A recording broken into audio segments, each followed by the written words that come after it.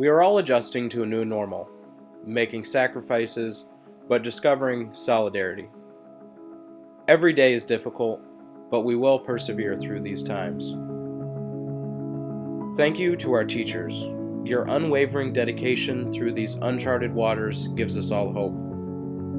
Every ounce of support that you give your students is valued, and as we move through each new day, we adjust, learn, and continue to move forward. The sacrifices we are making prevent the risk of spreading disease and safeguard a future for everyone. Thank you all for doing your part as we look towards the days ahead. We want to express our deepest gratitude to our healthcare workers, first responders, policemen, scientists, our farmers, and any other professionals taking risks and sacrificing for the people of this nation. Our frontline workers risk their lives every day to keep us healthy, grow food to nourish our bodies, and ensure our safety. Although we are not together in person for convention, we believe that you can still make an everlasting impact by social distancing and supporting those who support us. There are 136 chapters, but there is only one New York FFA. We can and will get through this together. To all of our past and present FFA members and supporters, stay safe, appreciate each day, and thank you all for your efforts.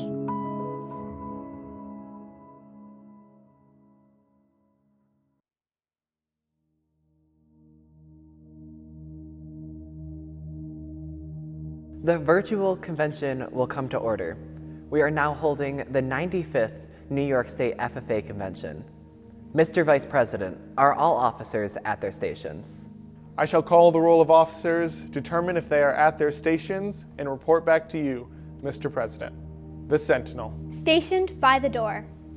Your duties there. Through this door pass many friends of the FFA. It is my duty to see that this door is open to our friends at all times and that they are welcome. I care for the meeting room and paraphernalia. I strive to keep the room comfortable and assist the President in maintaining order. The Reporter. Here by the flag. Why by the flag? As the flag covers the United States of America, so I strive to inform the people, in order that every man, woman, and child may know that the FFA is a national organization that reaches from the state of Alaska to the Virgin Islands, and from the state of Maine to Hawaii. The Treasurer. Stationed at the emblem of Washington. Your duties there. I keep a record of receipts and disbursements, just as Washington kept his farm accounts, carefully and accurately. I encourage thrift among the members and strive to build up our financial standing through savings and investments. George Washington was better able to serve his country because he was financially independent. The Secretary. Stationed by the ear of corn. Your duties there. I keep an accurate record of all meetings and correspond with other secretaries wherever corn is grown and FFA members meet. The Advisor. Here by the owl. Why stationed by the owl? The owl is a time-honored emblem of knowledge and wisdom. Being older than the rest of you, I'm asked to advise you from time to time as the need arises. I hope that my advice will always be based on true knowledge and ripened with wisdom.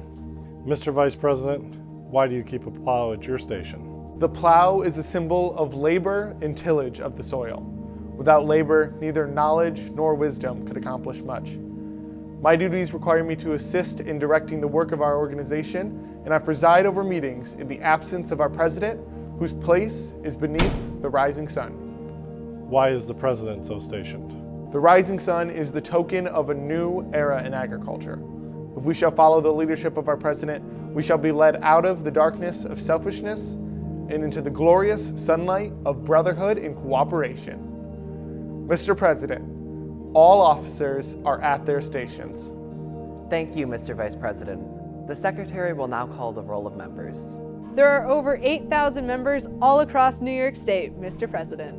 Thank you. FFA members, why are we here? To practice brotherhood, honor agricultural opportunities and responsibilities, and develop those qualities of leadership in which an FFA member should possess. I now declare this, the 95th New York State FFA Convention, duly open for the transaction of business or attention to any matter which may now properly be presented. The FFA Creed states, "I believe in the future of agriculture, with a faith born not of words, but of deeds." From drones to robotic milkers to our ever-changing scientific developments, we have proven that we can make advancements and solve the challenges facing agriculture. In the 1800s, people would often look out their window and see horses and oxen pulling a single plow, or farm workers picking crops in the field. In the 1900s, people would see tractors and machines start to take over the way we thought of farming and agriculture. Today, farming and agriculture are even more diverse. From combines traveling down the field to being able to produce food in the middle of cities in rooftop gardens and shipping containers housed in parking lots. We have already seen these impacts of these turning points in agriculture. Due to the rapidly growing population, we have to produce more food than we ever have thought before. It is estimated that we will have 10 billion people in the world by 2050. That is the greatest percent increase in the number of mouths to feed in the shortest amount of time in the history of the human race. At this point, this number is only a projection, but will soon become our reality.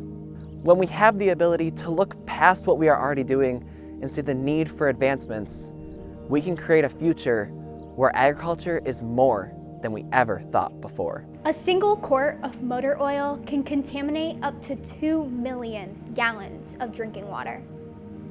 11 million Americans live in areas with such high air pollution, it is deemed unhealthy. A plastic bag on average is used for 12 minutes, but can take over 100 years to decompose. These facts are real, but we are the generation that can and will change the world. How, you ask? In today's life, there are so many different technologies that enable us to see the difference that other people are making around the world. One way of living that has always interested me is people who live a zero-waste lifestyle. These people can keep years of trash in one small mason jar. At first reaction, I thought that this would be impossible for me to do. However, if every single New York FFA member pledged to not use a straw for one day, we would reduce the amount of waste we produce by over 933 pounds. While researching this topic, there was a quote that really stuck out to me. "A few people making a big change will leave no impact, but everyone making a small difference every day will change the world." Sustainability has always been something that's interested me. How my choices can change the world. How the decisions that we make today will leave a lasting impact for generations to come. You can't change the world overnight, but these small, gradual changes will allow us to be more productive, sustainable, and efficient. What is one thing almost all of us can't live without? I'm not talking about food or drink, I'm talking about our cell phones. I often think, who ever thought this possible? Who thought that instead of waiting months to be able to ask your friend a question, to being able to ask them instantly? So I decided to follow the journey of the phone. The first idea of the phone came from tying two cans together with a string pulled taut. From this concept came the telegram, which at the time was a shock to society. And then Alexander Graham Bell went and shocked society's socks off again by creating the first telephone. This first telephone has endured many changes to become smaller, cordless, and touchscreen. Could you imagine every time you wanted to ask your friend a question, having to send a telegram? Think about it. Tons of technologies have endured this same progression. The first cars definitely didn't have the same navigation technology we have today. We now have drones that can pollinate our plants. We could see the top of our houses without even needing to go outside on Google Earth. Technology is often compared to a raging river. It can only go one way. We need to carefully consider the impact we want technology to have on the world. Our generation has the opportunity to make the conscious choice to change our society for the better. Are we going to be satisfied with what we have developed, or are we going to push past the limits and continuously improve? Who's going to be the next Alexander Graham Bell? The technology of the future is in our hands. Where are we going to take it? There are so many different people on this earth with so many different thoughts and opinions. With so many of us in this globe, it may feel as though we are just a small grain of sand on a seemingly endless beach. But we are more. We are members of a society that has evolved and has infinite impacts on the world we live in. Imagine writing your own biography, creating your own organization, or winning the Nobel Peace Prize. In Pakistan, it was frowned upon for a woman to receive the same education as a man. Malala Yousafzai disagreed with that. From a young age, she became an advocate for educational rights. Not everyone agreed with her, and someone even attempted to take her life. Instead of letting that stop her, Malala persevered through the challenges. She knew what needed to be done and did anything to make it possible. With each generation, our opinions and beliefs have changed. Women are no longer expected to follow the traditional roles. Different ethnicities are being welcomed and accepted. Communities within our country are growing stronger and are unafraid to be non-conforming. Malala showed us that education allows us to find where we truly belong. We are members of a society that is working to create a more welcoming world. We must join together and be the generation whose society remembers and grows from. Without education, there is no growth, and it creates a stagnant world. Education has been the foundation of civilizations for as long as we can remember. It is what allowed ancient civilizations to blossom into what they are today. By passing on knowledge of prior discoveries, future generations are able to improve upon what we have already learned. Because of education, technology has also improved. What once could only be found on the page of a textbook can now be found on multiple search engines across the internet. It is time for you to take the education that you've learned and apply it so that our future generations can expand and grow upon what was once just ours. Education can come in many different forms, whether it's a bachelor's degree, going to a trade school, or becoming an apprentice. Growing up, we are given so many options of what we can aspire to become. We have been given the choice to choose what our future holds, and our education will define it. Without education, there is no growth. Without growth, there is no change. And without change, there is no turning point. In 1928, 33 young farm boys held the first meeting of what would become the National FFA organization. The organization continued to grow, but there were still restrictions on who could join. It wasn't until 41 years after that first meeting that women were allowed to join the FFA. It is because of this decision the FFA is what it is today, student-led and inclusive. We now have more than half of all of our leadership positions filled by young women.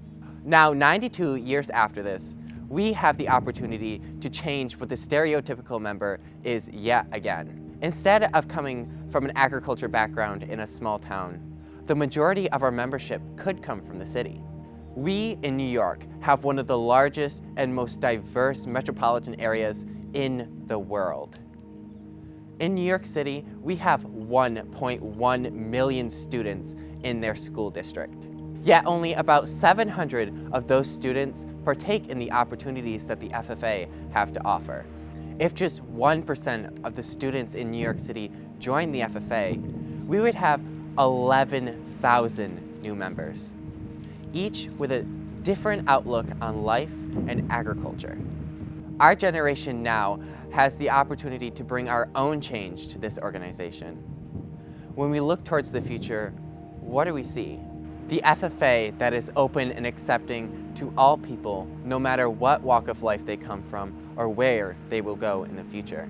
We all have the chance to change the New York FFA right now. The decisions we make now have the ability to change the New York FFA forever. What we do now can and will shape the future of agriculture. We are the turning point for our planet. We are the driving force behind the ever-changing technology. We must join together and be the generation whose society remembers and grows from. Education is the turning point that will shape our future. Today, we have the opportunity to change what the New York FFA will look like tomorrow. We are The generation And this Is our Turning point. of change. Welcome everyone to the first ever virtual New York State FFA convention. Over the next 13 days, we hope that you are all able to join us as we recognize and celebrate our amazing members across the state, get to hear from our keynote speaker, Chris Cook, and listen to the 2019-2020 New York State FFA officer team as they deliver their retiring addresses. On top of all of that, we have interactive tours and workshops that are going to be taking place over Zoom. If you registered for the keynote speech, workshops, tours, or the business session, make sure to check your emails for the Zoom information. These next 13 days are going to be jam-packed with opportunities and experiences that are going to be new for all of us. We are able to face these challenging times head-on and make the most out of what we have. We hope that each and every one of you are able to make the most out of these experiences. Please visit our website, www.nysffa.org/state convention, to see a complete list of all the activities as well as links to the posts after they have been posted. We cannot wait to have all of you join us.